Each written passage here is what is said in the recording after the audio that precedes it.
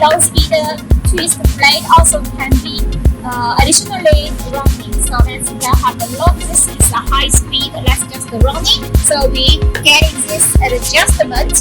The dispersing blade is running in very fast speed. It can be up to 2,000 RPM, or if you need also can be 1,500 RPM.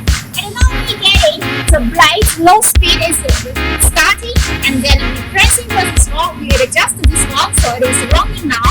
You can see the twist blade now is just running, and the scrubber also will be running together to getting the product inside of the tank will be just getting them all off.